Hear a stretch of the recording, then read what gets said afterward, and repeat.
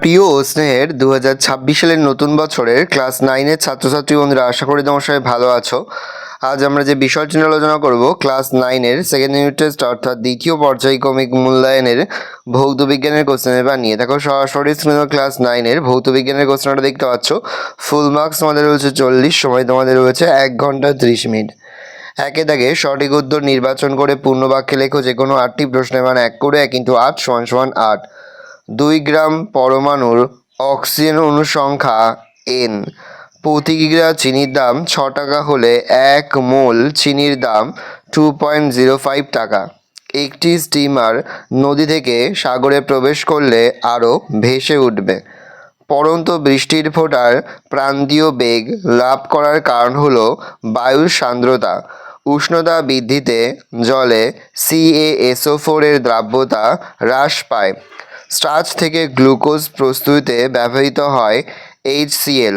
কোনো নির্দিষ্ট উষ্ণতায় একটি সম্পৃক্ত দ্রবণে আরও কিছু দ্রাব্য যোগ করলে দ্রবণের ঘনত্ব একই থাকবে। কপার কুচিও ঘন নাইট্রিক অ্যাসিড উত্তপ্ত করলে উৎপন্ন হবে NO2। স্থিতিস্থাপক গুণাঙ্কের মাত্রা প্রদত্ত কোন রাশির সঙ্গে সমান? পীড়ন। কোন দুটি ভৌত রাশির মাত্রীয় সংকেত একই হবে? পীড়ন ও ইয়ং গুণাঙ্ক। 2-এর দাগে নিম্নলিখিত প্রশ্নগুলির অতি সংক্ষিপ্ত উত্তর দাও।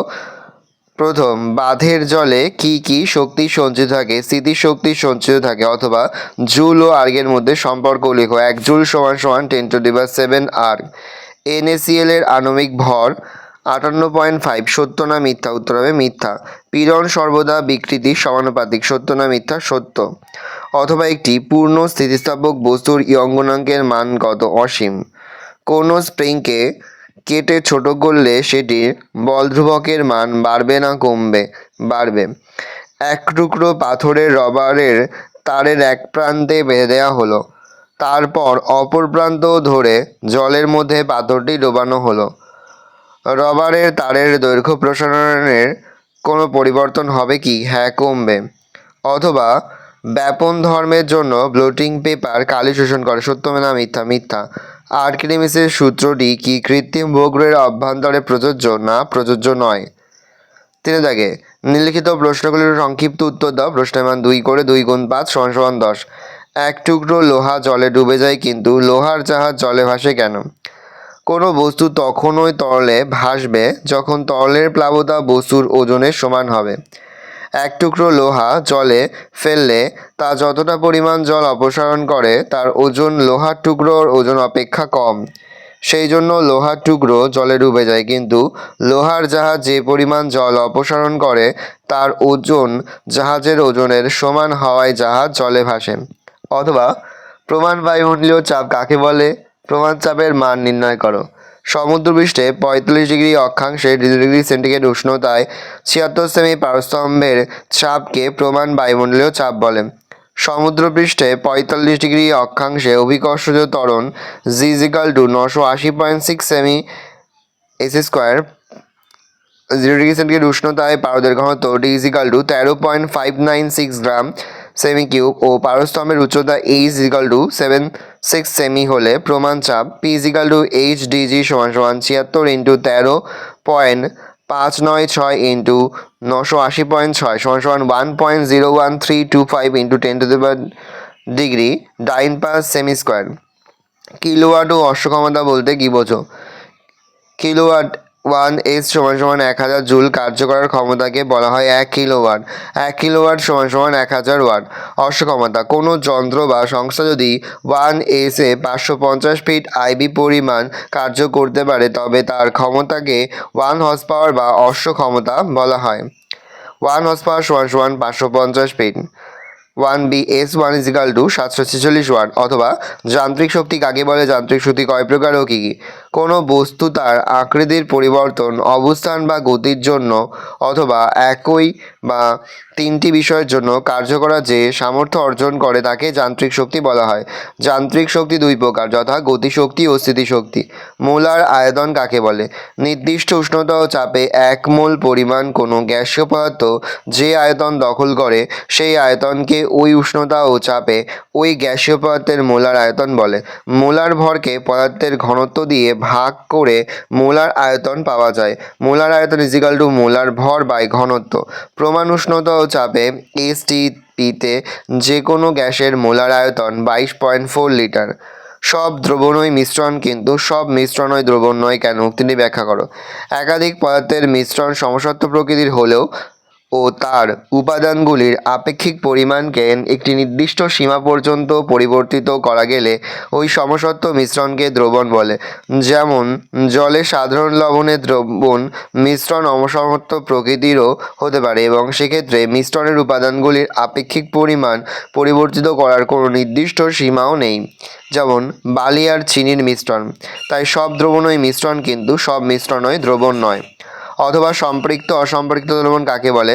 কোনো নির্দিষ্ট উষ্ণতায় নির্দিষ্ট পরিমাণ দ্রাবক এ সর্বোচ্চ পরিমাণ দ্রাব্য দ্রবীভূত হয়ে যে দ্রবণ উৎপন্ন করে তাকে ওই উষ্ণতার ওই দ্রব্যের সম্পৃক্ত দ্রবণ বলে।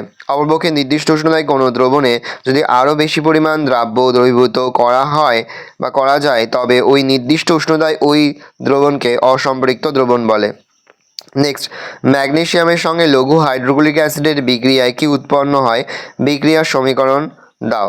ম্যাগনেসিয়ামের সঙ্গে লঘু হাইড্রোক্লোরিক অ্যাসিডের বিক্রিয়ায় ম্যাগনেসিয়াম ক্লোরাইড ও হাইড্রোজেন গ্যাস উৎপন্ন হয়। Mg+2HCl = MgCl2+H2।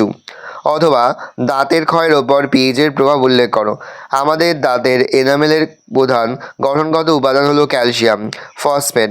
খাদ্যদ্রব্য বিশেষত মিষ্টি জাতীয় খাদ্যের অবশেষ দাঁতের ফাঁকে আটকে থাকলে তা ব্যাকটেরিয়া দ্বারা বিয়োজিত হওয়ার সময় অ্যাসিড উৎপন্ন হয়। এই অ্যাসিডের গাঢ়ত্ব বেড়ে মুখের অভ্যন্তরে পিএইচের মান 5.5 কম হলে তা ক্যালসিয়াম ফসফেটের সঙ্গে বিক্রিয়া ঘটায় ও দাঁতের এনামেল ক্ষয়প্রাপ্ত হয়। নেক্সট দেখো, তোমাদের 4 দাগে নিম্নলিখিত প্রশ্নগুলির সংক্ষিপ্ত উত্তর দাও। বিকল্প লক্ষণীয়। প্রশ্নের মান 3 করে। 3 × 5 = 15। আণবিক ভর ও সংকেত ভরের মধ্যে 3টি পার্থক্য লেখো। 5 mm ব্যাসার্ধ বিশিষ্ট একটি স্থিতিস্থাপক তারের স্থিতিস্থাপক সীমার মধ্যে 20 অংশ বৃদ্ধি করতে 10 N বলের প্রয়োজন হলে তারটির উপাদানের ইয়ং গুণাঙ্ক নির্ণয় করো। অথবা সাইফন ক্রিয়া ব্যাখ্যা করো। 40 ডিগ্রি উষ্ণতায় KNO3 32 গ্রাম সম্পৃক্ত দ্রবণে 128 KNO3 দ্রবীভূত আছে। 40 ডিগ্রি সেন্টিগ্রেড উষ্ণতায় KNO3 এর দ্রাব্যতা কত? গ্লোভার লবণের জলের দ্রাব্যতা উষ্ণতা বৃদ্ধির সঙ্গে সঙ্গে কীভাবে পরিবর্তিত হয়? অথবা 10% CaOH2 দ্রবণের শক্তি GL এককে প্রকাশ করো। ভাতের ফ্যানের মধ্যে কোনটি বিসদৃশ্য দশা এবং কোনটি বিস্তার মাধ্যম? তামার পাত্রে গাঢ় HNO3 রাখা যায় না কেন? HCl চারক না বিজারক অ্যাসিড? অথবা প্রতিবার খাওয়ার পর দাঁত পরিষ্কার করা উচিত কেন? একটি ক্ষারীয় লবণের নাম ও সংকেত লেখো।